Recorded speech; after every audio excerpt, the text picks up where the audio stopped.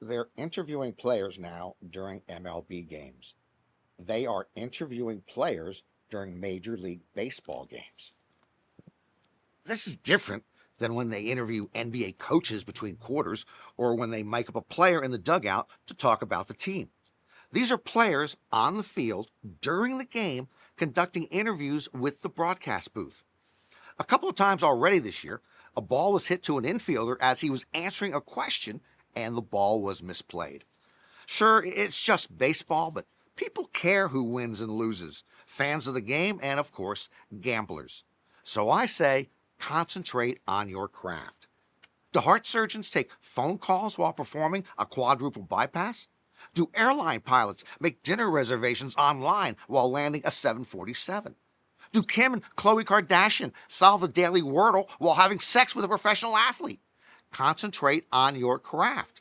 Where would we be today as a nation if Paul Revere, on his fateful midnight ride, had his girlfriend alongside saddle singing Born in the USA instead of shouting that the British were coming, the British were coming?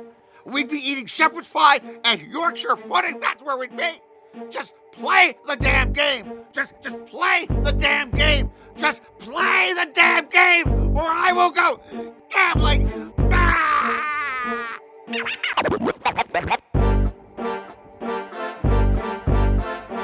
Norman Chad. Norman Chad. Norman Chad. Norman Chad. Norman Chad. And welcome to Gambling Mad with Norman Chad. I am Norman Chad. Gambling Mad, as always, sponsored by Fritos, picked directly off of Central California trees every morning, direct to your retailer every afternoon. And by Fresca. It's remarkable. It's refreshing. It's Fresca. Fritos and Fresca. It's a meal. Coming up today on Gambling Mad, Norwegian soccer fans throw everything but the kitchen sink onto the field. A Hollywood studio head goes over budget at a casino, and we will have the Mount Rushmore of rivers. But first, Gambling is Everywhere, part 3817. Notre Dame has suspended its men's swimming program for at least 1 year because many team members were gambling on themselves. A majority of the men's swimming team was wagering on the times posted by themselves or teammates at swim meets. They also bet among themselves on the Super Bowl and on March Madness basketball tournament play. They reportedly did not bet on any other Notre Dame athletic defense. Now, I don't want to defend them, but here's the thing. When you are a swimmer, you are in the water an awful lot. The water makes you wet. You are wet most of the day. Once you dry off, you feel like doing something fun, something interesting, like gambling. Now, you don't see the men's diving team, for instance, gambling because those fellas are not in the water that long. You dive, you hit water, you get out. But swimmers get into the pool and they go back and forth and back and forth and back and forth. And if you're doing the butterfly, oh my God, it takes you forever to complete the butterfly going back and forth. So you're in the pool even longer. To be honest with you, if I got out of that damn pool and I toweled off, I'd be ready to partay. Heck, I'm surprised that the swimmers don't have a roulette table in their locker room. We now have news coming out of Norwegian soccer. For those of you who have no interest in Norwegian soccer, this might be a good time to go fetch a Fresca out of the fridge and, just rejoin the podcast in a couple of minutes. But you might regret it. All right, here it is. The recent Lillestrøm at Rosenborg match was halted, then suspended 32 minutes into the first half because fans kept throwing tennis balls and fish cakes onto the field. Pretty weird, huh? I knew the people who went out to get a Fresca. They were going to regret it. They missed this. Okay, the fans were protesting the use of video assistant referees known as VAR.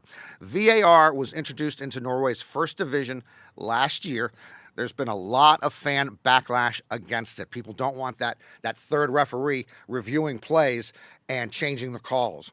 And I, of course, I'm very sympathetic to the fans. I have abhorred replay as an officiating tool for most of the last 2 centuries, the 20th and 21st centuries.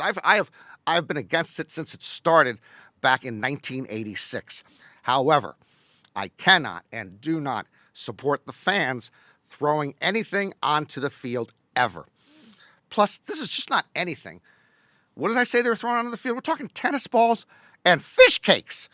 Now, obviously, I'm not familiar with all the nuances of various foreign cultures, but who is bringing tennis balls and fish cakes to a soccer match?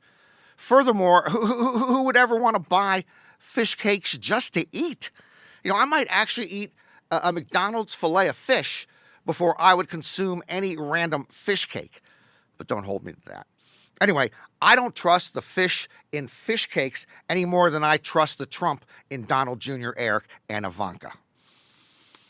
Moving on.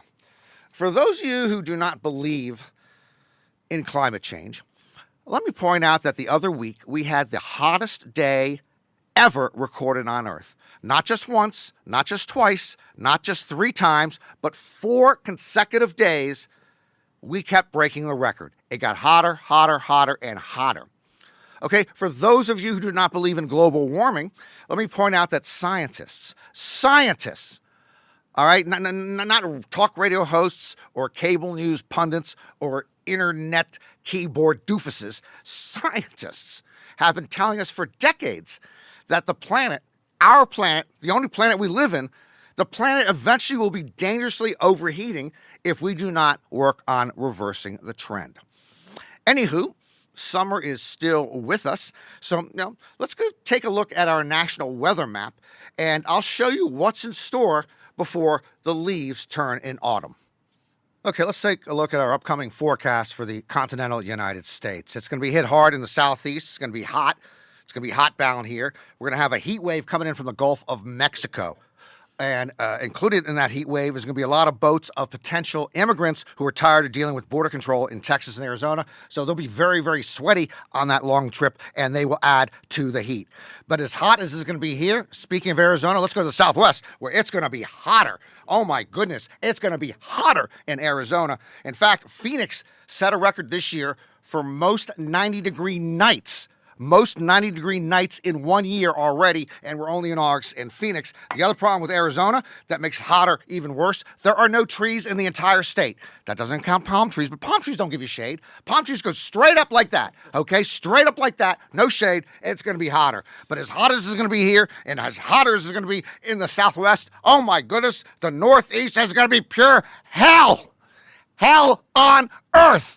It's unbelievable how bad the Northeast is going to be. And frankly, this hell on earth will preview for many Boston sports fans, undoubtedly, who will be rotting in hell in the afterlife. So if you are a Patriots fan, if you are a Celtics fan, if you are a Red Sox fan, you will get a taste.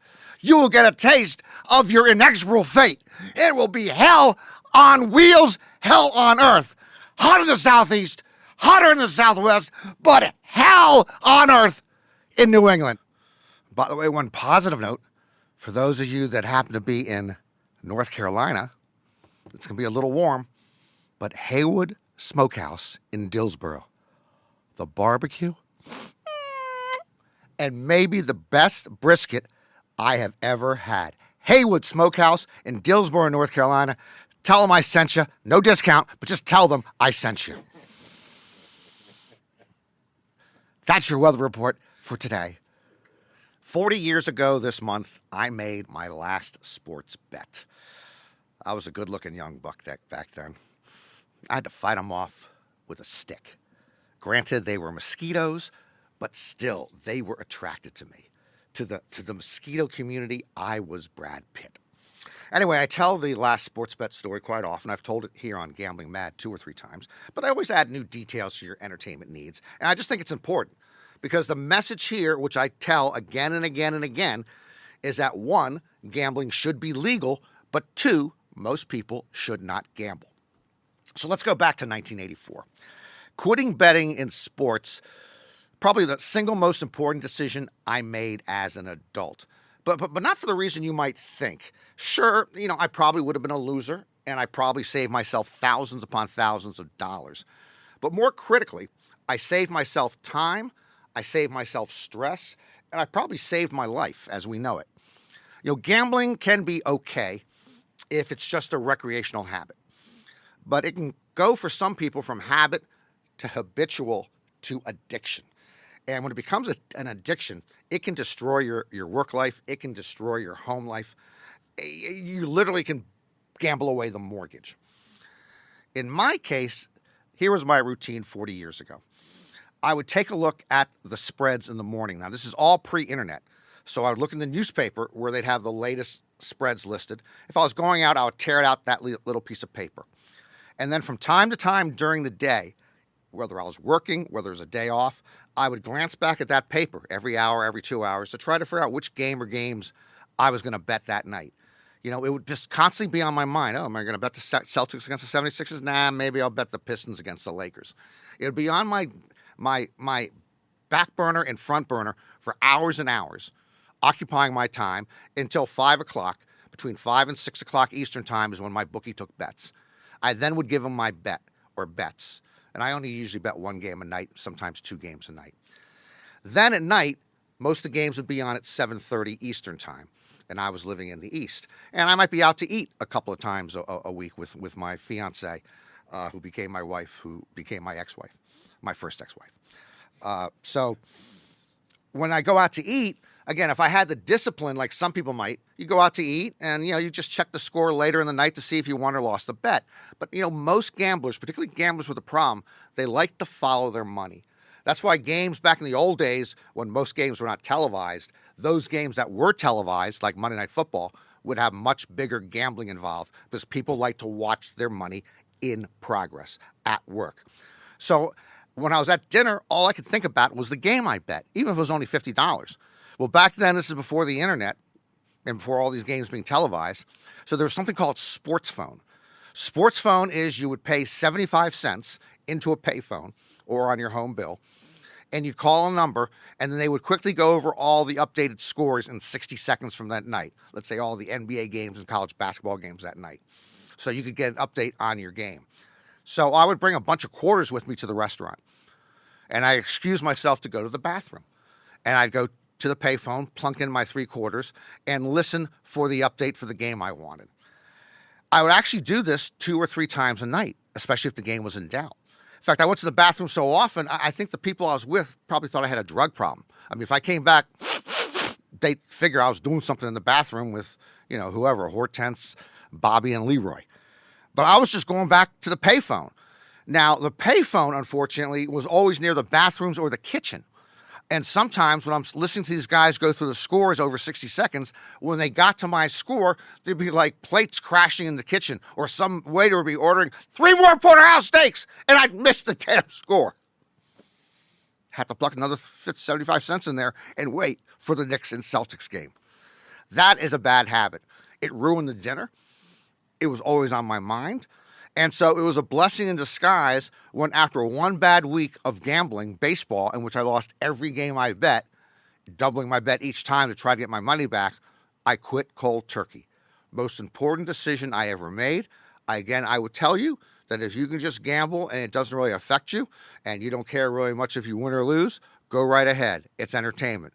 But for most people, they're going to lose. And then for a subgroup of people, and it's not even that small, but even if it's tiny, if it's just one person who has an addiction who loses their life, that's not good. So you got to be very vigilant about it, and you should be vigilant if you know you have friends who bet, whether it's poker online or they're betting sports.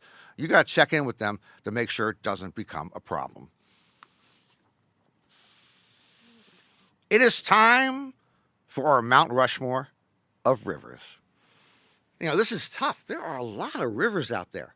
Fast fact, I don't know the exact numbers, but there are more rivers than there are oceans. Okay, let's start with the Nile, Africa's finest. 4,132 miles. Wow. 4,132 miles long. I mean, if that thing were in America, there'd be like 2,000 Starbucks along the way. That's a long river. Next, the Amazon. Some people think the Amazon in South America is longer than the Nile. It is not. I have swam both rivers. The Nile wins for distance. But the Amazon, in some spots, is 30 miles wide. Just put your eye on 30 miles wide of river. Plus, it once flowed in the opposite direction. It once flowed in the opposite direction. That blows my mind. Even though I'm the first to admit that I don't have that much mind left to blow. Okay. Next, the Seine. Yes, the Seine. Personal favorite. Because it's in Paris, which is my number one city in the world. And it is exclusive to France. It is exclusive to France, like Ratatouille, or Pierre Cardin, or Smelly Cheese, or Jerry Lewis. What, never heard of Jerry Lewis? Google him, you dingleberries! Finally, I couldn't leave it out. The Mississippi. Of course. USA! USA! USA! Ever hear of riverboat gambling? Yeah, ain't no riverboat gambling on the Mekong or Danube or Thames rivers. USA! USA! USA! MISSISSIPPI. There you have it, the Mount Rushmore of rivers, the Nile, the Amazon, the Seine, and the Mississippi. What, you disagree with me? I don't give a damn what you think. Time for D-Gen's Gonna D-Gen. Ron Meyer always has been the biggest of big deals in Hollywood. He co-founded CAA, Creative Artists Agency. He was president of Universal Studios. He ran NBC Universal. And then one day at Mohegan Sun Casino in Connecticut, he lost $5 million. That's right. He gambled away $5 million in a single day. And now the casino is suing him for failing to pay back $2.8 million of his debt.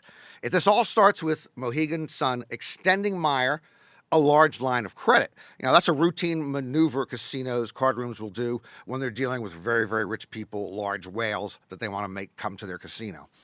So after the $5 million loss on October 3rd, 2017, by the way, it's unclear which games Meyer was gambling at in the casino, he agreed the following year to start making monthly payments of $60,000 to Mohegan Sun. Those installments eventually stopped, nearly $2.8 million short of the total owed. Now, because of Connecticut law, and Connecticut law has always been stringent anti-gambling, and remember, the only casinos in Connecticut are on tribal lands, which are dealing under a different law. Because of Connecticut law, Meyer is claiming the state does not even allow the enforcement of contracts involving gambling on credit. So this become kind of tricky if it can have jurisdiction over the tribal casino. But anyway, it appears that there's a chance that Mohegan Sun will not get back the rest of its money from Ron Meyer. Well, let me say this, irrespective of the law. Yo, Ronnie boy, it's easy. It's real easy to gamble if you have no intention of paying when you lose. Okay, that's a pretty good deal, huh, Ron? Okay, if you win, they owe you money. If you lose, you don't owe them anything. That doesn't sound like gambling to me if you aren't at risk. And at the risk of burning a bridge here with the former Hollywood kingpin, and I'm always trying to get work in Hollywood, Ron Meyer, you are beyond a D-Gen that's going to D-Gen. You're just gambling scum. Before we wrap up, I'm going to say this one time and one time only. If you've gotten engaged, congratulations, but I don't give a rat's ass. Suddenly, I'm receiving engagement announcements and engagement party invitations, and I suspect there'll even be an engagement gift registry. Folks, getting engaged is not even half the battle. People think that when you're engaged, that's a commitment. Fiddlesticks. It is a half-assed commitment. anyone can back out of an engagement. Hey, I know folks that are perennially engaged, for 5 years, 10 years, 15 years. Somebody is BSing somebody there. If you haven't set a date, you are never getting married. Now, me, Norman Chad, I know real commitment, okay? And real commitment comes in two forms: marriage and divorce, okay? When you get married, you are telling the other person that you want to be with them. When you get divorced, you're telling the other person that you don't want to be with them. Either way, that is commitment. Hey, I've been married and divorced several times over.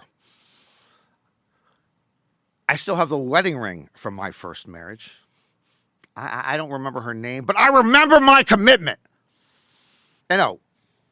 Some of you, as usual, as always, are wondering, how could I get several different women to say I do to me? I am a closer. That will do it for another edition of Gambling Mad with Norman Chad. Hope to see you next time. And remember, if you're gonna roll the dice, make sure they're loaded.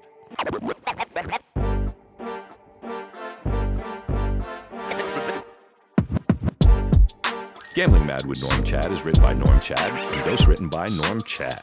Executive producer John Scheinberg, Rick Barrio-Dill, and produced by Norm Chad and Rick Barrio-Dill. Associate producer is Bree Puri. Showrunner is Dan Telfer. Audio, video, engineering, and studio facilities provided by 360 Pod Studios Beverly Hills and Slap Studios LA. If you want to complain to Norm about anything, make sure to reach out at Gambling Mad Show, anywhere you get your socials, and at Gambling Mad with Norm Chad on YouTube. And if you really want to get at them, send a message to info@slapstudiosla.com. And big thanks to Tony, the special sauce, who truly is the boss. Thank you for the cookies and the treats.